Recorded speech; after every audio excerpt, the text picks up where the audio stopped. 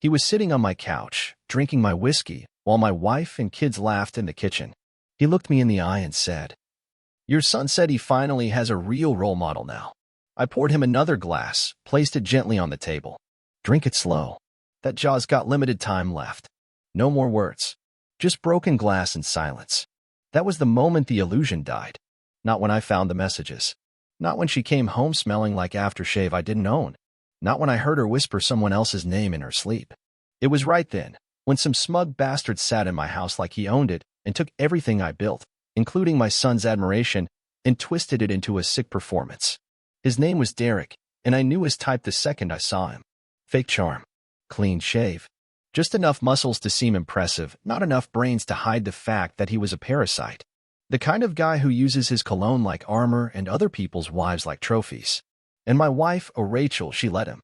She invited him. Hell, she celebrated him. The way she laughed at his dumb jokes while drying plates, the way her hand lingered just a little too long on his shoulder as she passed behind him. I watched it all from across the room like I wasn't even real anymore. Like I was the ghost of the man I used to be. I met Rachel 10 years ago. She had fire then. Not the kind that warmed you, more like the kind that burns your damn house down and then dances in the ashes. I was drawn to it. Thought I could tame it. That was my first mistake. You can't tame someone who thrives in destruction. You can only try to survive their storm. That night, everything cracked open. After I shattered the glass on the floor between us, he flinched. Good. I wanted him to. But I didn't touch him. Not yet. I let the silence weigh us all down. Rachel came rushing in like the actress she always was. "What the hell is going on, Nick?" she hissed. Her voice wasn't concerned, it was irritated. Like I had interrupted her evening. "He called himself a role model," I said quietly, staring at her. "Not him. He said our son finally has someone to look up to. You got anything to add to that?" Her eyes flickered, just for a second. That's all I needed. I'd suspected for weeks. The phone that never left her side. The new lingerie that never made an appearance in our bedroom. The girls' nights that ended at 3 a.m. with smeared lipstick and that too sweet perfume that wasn't hers. But now I knew. Now I had blood in my mouth and fire in my chest. Derek stood up slowly. "I think I should go." I smiled. "Sit. You haven't finished your drink." He sat. Because cowards like him always do. Rachel crossed her arms. "You're acting crazy." I laughed. It wasn't joy. It was survival. "Crazy?" I said. "No, wretch. Crazy was trusting you when you said you needed space last month. Crazy was believing you when you said therapy was too expensive. But now I see, your solution was just to bring your personal therapist home." Derek cleared his throat. "Shut the F*** up," I snapped without looking at him. "You're not part of this marriage. At least, you weren't supposed to be." She rolled her eyes. Actually rolled them. Like I was inconveniencing her with my heartbreak. "Nick, stop being dramatic. It wasn't even serious. Then why is he sitting where my dad used to sit? Why is he drinking my whiskey, and why is my son calling him a role model?" Her mouth opened, but nothing came out. The kitchen behind her was quiet now. I could hear my daughter breathing, hiding behind the wall, probably watching this disaster unravel like a bad Netflix show. "I'll ask you once," I said. "And then I won't ask again." "How long?" Rachel's lips twisted like the truth tasted sour. 3 months, she said. I nodded. "Thanks. That's all I needed." Then I turned to Derek. "You've got 5 seconds to leave. After that, your jaw won't be worth a damn whiskey anymore." He left. She didn't stop him. And when the door shut behind him, the silence between us wasn't empty. It was a loaded gun. The door slammed, but the echo of his presence lingered like a bad smell. I didn't move. Neither did she. Rachel leaned against the counter, arms still crossed, like she was waiting for me to apologize for the mess she created. That's when I realized. I'd been living with a stranger. No, worse. I'd been loving a stranger who smiled in my face while stabbing me in the back. I looked at her and saw it, smugness. She wasn't sorry. Not even close. Her eyes scanned me, cold and judgmental, like I'd embarrassed her in front of her little toy boy. "You could have handled that better," she said. That's when something snapped in me. "You invited him into our home, Rachel. You let him eat at our table, laugh with our kids. And now you want to grade me on manners." She shrugged. Like it was just a parking ticket or spilled coffee. "I didn't plan for any of this, okay?" she said, brushing a strand of hair behind her ear. "It just happened." I walked toward her slowly, like I was approaching a wild animal. Not to hurt her, God knows I've never raised a hand to her in my life, but to look her dead in the eyes and make her feel everything she made me feel. It just happened? Is that what you're going to tell our kids when they ask why mom blew up the family? That it just happened? She rolled her eyes again. Second time that night. It was becoming her signature move, like a dagger dipped in venom. I was unhappy, Nick. You stopped being fun years ago. You became boring. Routine. Predictable. I blinked. Predictable? You mean, like paying the bills? Showing up to parent-teacher conferences? Cooking dinner when you worked late? That kind of boring. She turned her back to me. Coward. You don't get it, she muttered. Derek listens. He makes me feel wanted. Wanted. That word hit like a hammer. I used to make her feel that way. Before kids, before the grind. I used to trace her spine with my fingers like I was mapping sacred ground. I used to learn her moods like languages. But apparently, being steady wasn't sexy anymore. I stepped away, the rage starting to curdle into something heavier. Something deeper. How many times? I asked. She hesitated. A few. Don't lie. She looked up, and I swear I saw something cruel spark in her eyes. Like she wanted to hurt me now that she'd been exposed. Fine. A dozen, maybe more. We lost count. And there it was. The truth, sharp and clean like a scalpel. No more pretending. No more hoping this was just a slip. This was war. I walked into the bathroom. I had to breathe, or I was going to put my fist through the drywall. I splashed cold water on my face, stared at myself in the mirror. Same eyes. Same jawline. Same man who once made her weak in the knees. But now? Now I was just the guy who bought the groceries and got replaced by a clown in tight jeans and a fake smile. When I walked out, she was on the phone, whispering, probably to him. Tell him I said hi, I muttered as I passed her, grabbing my jacket. She didn't even flinch. And then I saw it, her lipstick smudged on the rim of the glass he drank from. But what caught my eye wasn't the lipstick. It was the tiny red smear at the corner of her mouth. Blood. He cut his lip on the broken glass. She didn't even wipe it off. She wore it like a trophy. That's when I knew. Rachel wasn't sorry. Rachel wasn't broken. She was proud. I drove for hours that night. No destination. Just the road, the hum of the tires, and the thunder in my chest that refused to calm down. My fingers clenched the steering wheel so tight my knuckles went white. I didn't even turn the music on. Silence was louder. Somewhere around midnight, I ended up outside my old high school. It wasn't planned, just muscle memory or fate pulling me back to where I used to be someone before marriage turned into servitude. I sat in the parking lot, staring at the building, thinking about how that cocky teenager I used to be would have laughed in my face if he saw me now. A man who let his wife turn their home into a motel for her sleazy flings. A man who raised his son just for another guy to step in and take the title of real role model, like I was just a placeholder. But I wasn't done. Not by a long shot. By the time I got home, it was 2:47 a.m. The house was dark, quiet, except for the soft buzz of the fridge and the low creak of the floorboards beneath my feet. I didn't go to bed. I didn't even go to the bedroom. I went to the basement.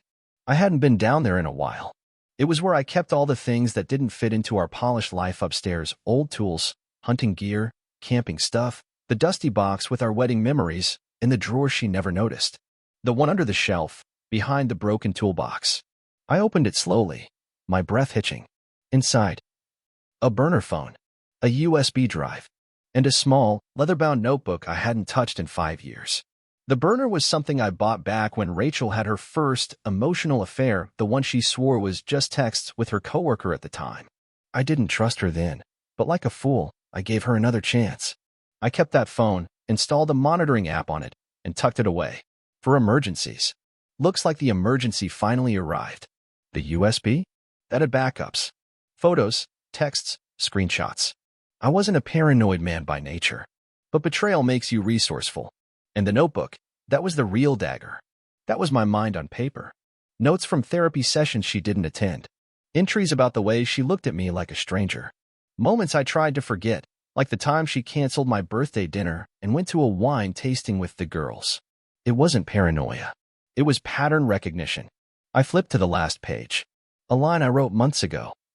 If she ever lies to me again, I'll know exactly who I'm dealing with. Now I knew. I grabbed the phone, turned it on. It still had 34% battery. A few seconds later, the app kicked in. Location history. Messages. Audio recordings. She hadn't used it much lately, but 2 weeks ago, There was a voice memo she forgot to delete. I pressed play. Rachel's voice, breathless, laughing. He thinks I'm going to therapy. What a joke. I just told him what he wanted to hear. Derek's picking me up at 7. I'll be back before Nick even notices I'm gone. I froze. Another file. Babe, tonight was insane. I can't believe we almost got caught. He was home early. I had to sneak out through the damn laundry room. The dates lined up. Everything made sense now. The fake perfume. The coldness. The way she suddenly wanted separate laundry days. I stared at the phone, and I didn't feel anger. I felt clarity. She played me like a fool. But this fool had evidence. I wasn't going to scream. I wasn't going to hit. I was going to dismantle her the same way she dismantled me from the inside out. I uploaded everything onto my laptop. Labeled every folder. Put timestamps. Sent a backup to my lawyer friend, Brian, with a note that said, "Prepare for the ugliest divorce this town's ever seen." Then I walked upstairs. Rachel was asleep on the couch, snoring softly. Her makeup was still on. Her phone was open on the armrest, with a new message from D. Kissmark. Can't wait till he's out of the picture. She had no idea. The next morning, the sun rose like it didn't care. Like the world wasn't upside down. Like my life hadn't just been set on fire. I was already up when she stumbled into the kitchen, still wearing the same clothes from the night before. Her hair was messy, mascara smudged under her eyes. She looked hungover, emotionally or otherwise. I was calm, ice cold. Eggs sizzling in the pan, coffee brewing behind me, my hands steady like I hadn't just uncovered the biggest lie of my life a few hours ago. "Morning," she mumbled, reaching for a mug like everything was normal. "Morning," I replied, flipping the eggs. "You're cooking?" she asked, eyebrows raised. "Thought I'd do something special," I said. "Family breakfast." Her eyes narrowed just a little. Not suspicion, more like confusion. That irritated confusion selfish people get when someone else doesn't act how they expected. She took a seat at the island while I plated everything. Scrambled eggs. Toast. Bacon. I even cut strawberries for the kids, who were still upstairs getting dressed for school. She sipped her coffee. "You're in a weirdly good mood." I smiled. "Yeah, I am." She didn't push. Because deep down, she probably thought I was too stupid to put the pieces together. That's the thing about liars. They always think they're the smartest ones in the room. They don't realize quiet men aren't stupid, they're calculating. The kids came down. My daughter, Lena, and my son, Josh. They laughed, cracked jokes, hugged me like I wasn't cracking under the surface. That made it worse. Knowing they had no idea they were eating breakfast at the table of a marriage set to explode. Rachel acted like nothing had happened. She kissed the top of Josh's head, poured orange juice, smiled that fake little smile of hers like she wasn't planning her escape route through another man's apartment. I studied her the entire time. The way she touched her lips when Derek texted her. The way she glanced at her phone and then tried to hide the micro-expression of satisfaction on her face. She wasn't just unfaithful, she was comfortable being unfaithful. That's what broke me. After the kids left for school, she turned to me. "I've got yoga in an hour, so I'll shower first." "Sure," I said, sipping my coffee. "Take your time." She kissed my cheek. My cheek. The same lips that whispered filth into another man's ear the night before were now brushing against my skin like I didn't know. Like I was a prop in her perfect little script. Once she was upstairs, I pulled out the notebook again. I added a new page. Day 1. She thinks I don't know. Let's see how far she'll go before I set the fuse. While she was in the shower, I checked her phone. Easy, she trusted me too much. Or maybe she just didn't care anymore. Password was still the same, Josh's birthday. Irony. The chat with Derek was disgusting. Last night was insane. Still shaking from it. Then a photo. Blurry. But I could see my bedroom walls in the background. I exhaled slowly, steadying my hands. My bed. The same one where we made both our children. Desecrated by a man who probably doesn't even know the difference between responsibility and reputation. Another message. "When are you telling him?" "You said after Josh's birthday." Her reply. "Soon. He's acting weird lately. I think he suspects something." Bingo. She came back down 20 minutes later, hair wet, wearing a different kind of smug now. The kind that says, "I'm winning." "You okay?" she asked, tilting her head like she actually cared. I smiled. I've never been better. Because I wasn't planning on arguing anymore. I wasn't going to scream or plead or even cry. No. I was going to make sure she remembered exactly who I am. Not the quiet husband. Not the nice guy. The man who gave her a family. And now, the man who's going to take it all back. I called it Operation Chrysalis. Because like a cocoon before the wings, I was shedding the soft, naive version of myself that let her betray me under my own roof. What came next wouldn't be loud. It would be calculated, precise, and irreversible. That day, I made moves. While Rachel went off to yoga, probably Derek's apartment, or some motel with a loyalty card, I drove to a place she hadn't thought about in years, my father's old cabin upstate. Remote, small, and more importantly, off the grid. No cameras. No neighbors. Just trees and silence. I hadn't been there since the funeral.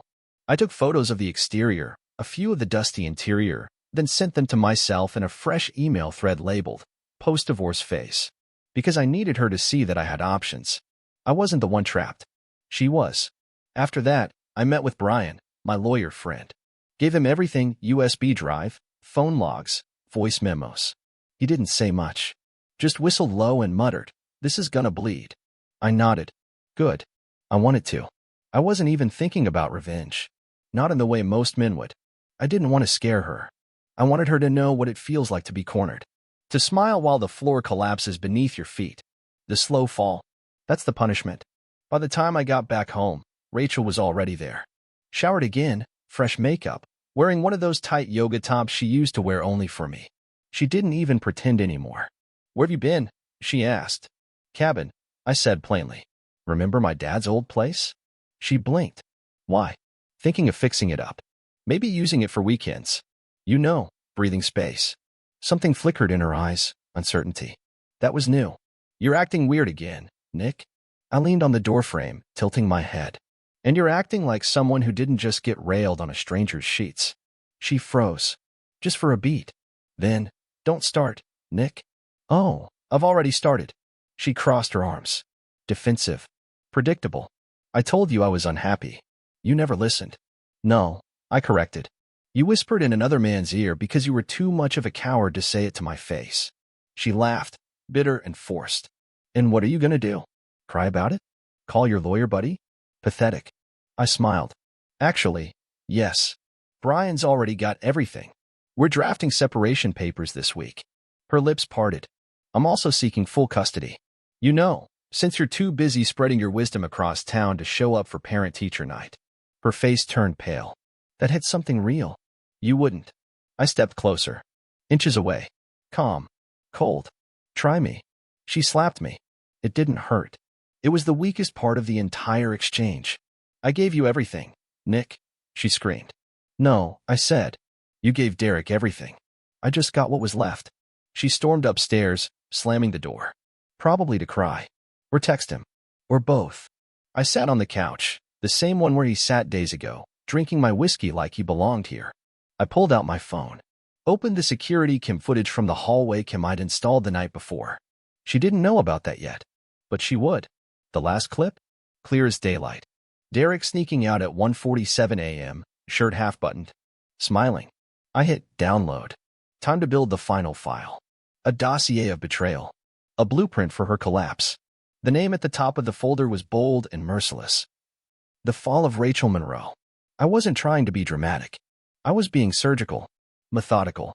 Every file, every screenshot, every video clip had its own labeled folder. I wanted the lawyer, the judge, the court clerk, hell, even Rachel herself, to see the full picture in 4K resolution. Not just the affair, but the pattern. The mockery. The disrespect. It was a character assassination, yes, but I wasn't the one who wrote the script. She handed me the pen and begged me to connect the dots. The footage of Derek sneaking out wasn't the only clip. I had timestamps, messages syncing perfectly with video of her slipping back into the house wearing different clothes than she left in. Her lies were so lazy, it almost offended me how little effort she put into covering them up. That night, I didn't sleep in the same bed. I moved into the guest room and locked the door. She knocked around midnight. Knocked again. Then said, "This is ridiculous." But her voice wasn't sad. It was annoyed. Like I had inconvenienced her betrayal by noticing it. She stopped knocking after 10 minutes. I waited until morning. And then I detonated everything. Josh was eating cereal when I sat down across from him. "Hey buddy," I said. "Got a minute before school?" He nodded, mouth full of Cheerios. "Your mom and I need some space for a while." You and your sister might stay with me at Grandpa's old cabin on weekends. He looked up, blinking. Are you guys getting a divorce? I didn't lie. We're working through some things. But no matter what, I'm still your dad. I'll always be here. He nodded slowly. Okay. I just don't want you to go away. My heart nearly caved in. I rubbed his back. I'm not going anywhere. But things might change for a bit, all right? He gave a small, brave smile. Okay. That was all I needed. Next, I called Rachel into the living room. She sat down like she was expecting another passive-aggressive lecture. A minor scolding. What she got instead was a laptop screen full of receipts, a printed document listing every infidelity, and a flash drive labeled for your lawyer. This is a joke, she said, flipping through the evidence like it was a magazine. Is it? I asked. Because the court won't think so. And neither will the school board when they find out you've been using PTA meetings as your personal Tinder. She went pale. You wouldn't. I leaned forward. Calm, like a loaded gun in a velvet box. You told Derek I was emotionally abusive because I asked you to stop sleeping around. You lied to your friends, made me out to be the bad guy, so now you get to live with the consequences. She stood up, eyes wide, voice shaking now. You're overreacting, Nick. It was just fun. You're gonna ruin our family over fun. I laughed. You did that all by yourself. I'm just putting your mess into folders. She slapped the flash drive off the table. I didn't even flinch. You're insane, she spat. No, I said, standing up to face her. I'm awake. For the first time in years. She stormed out of the house. I don't know if she went at Derek or just needed to scream into the sky. Didn't matter. I had what I needed. And the next step was already in motion. Brian filed the papers. Full custody request. Restraining order pending if Derek showed up again near the kids. Bank accounts frozen. Locks changed. I was done playing house with a woman who treated marriage like a game show prize she got bored of. Rachel Monroe was falling. And I wasn't going to catch her. It didn't take long for her perfect little kingdom to start collapsing. The thing about people like Rachel, they build their world on charm, lies, and manipulation. But once the lies unravel, there's nothing underneath but rot. She didn't come home that night. I knew where she was. Derek's place. Or maybe some hotel where she could hide behind soft lighting and denial. That didn't stop me from sending her one final text. Check your email. It's done. Inside that email? Everything. The files, the divorce notice, the custody petition, the still shot of Derek sneaking out with his belt half-looped and a stain on his shirt that wasn't coffee. The video of her whispering into her phone, laughing about how dumb I was. I sent it to her, her parents, and her best friend Monica, the one who always pretended to be neutral but was secretly feeding me information the whole time. I didn't include a message. Just attachments. Let the silence speak. Around noon the next day, my phone lit up like Times Square. Rachel Monroe is calling. Decline. Rachel Monroe is calling.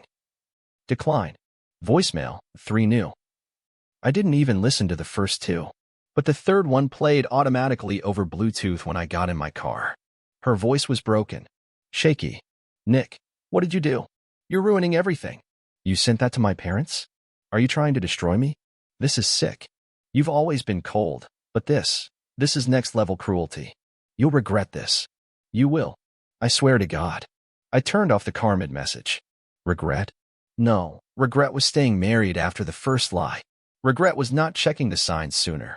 Regret was letting my kids grow up thinking this was what love looked like. Rachel had spent years painting me as the boring, emotionally distant husband who didn't get her. Meanwhile, she was out handing pieces of herself to men who didn't know her middle name.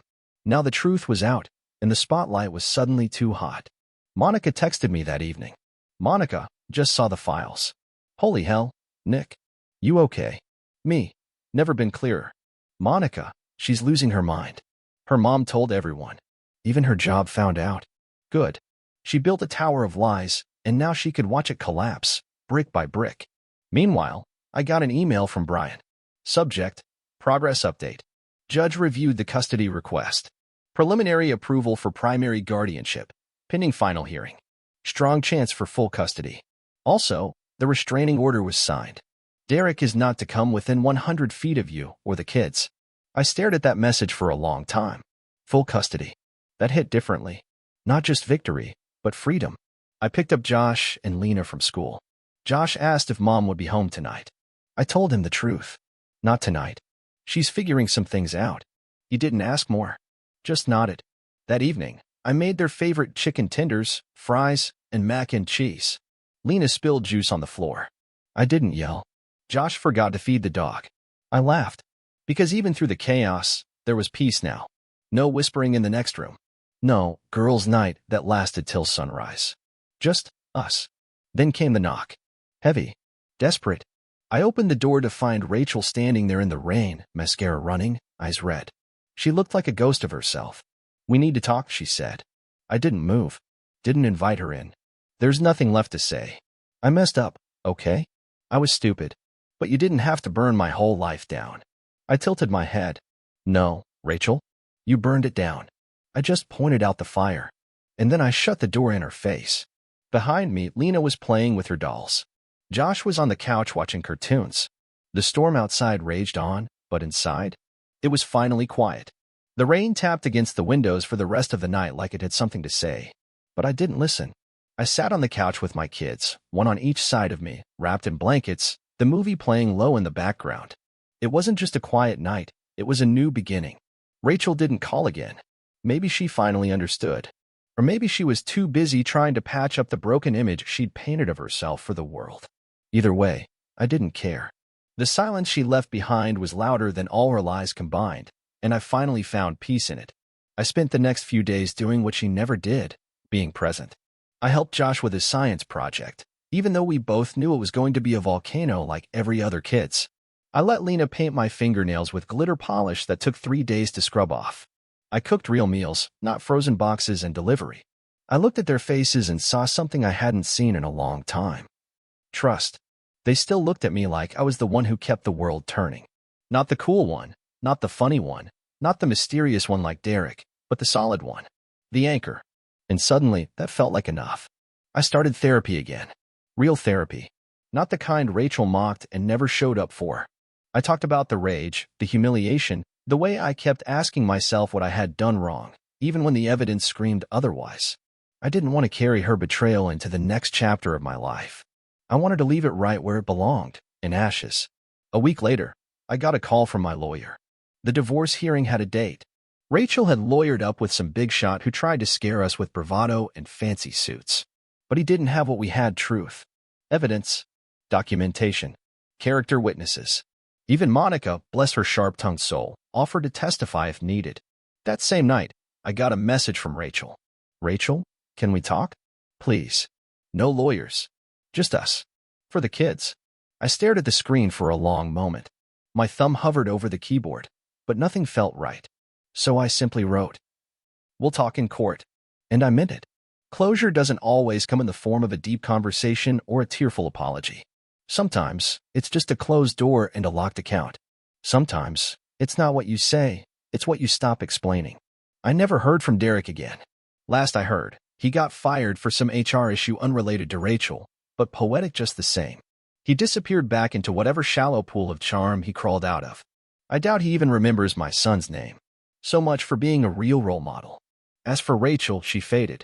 Slowly, her presence became a whisper. Her voice, once a constant source of drama and chaos, no longer echoed through the house. The world kept turning, but now it turned without her. And me? I found something better than revenge. Peace. The kind of peace that sneaks up on you while tying your daughter's shoes. The kind that shows up when your son hugs you tight without asking for anything. The kind that lives in the quiet moments, no need to be earned or explained. To anyone reading this, wondering if staying is noble or if silence will fix betrayal, let me say this. Don't let loyalty trap you in a place where love no longer exists. You are not the villain for walking away from someone who burned you and blamed the fire on your warmth. Sometimes, freedom isn't loud. Sometimes, it just looks like you, smiling for real again. And God, it feels good to smile.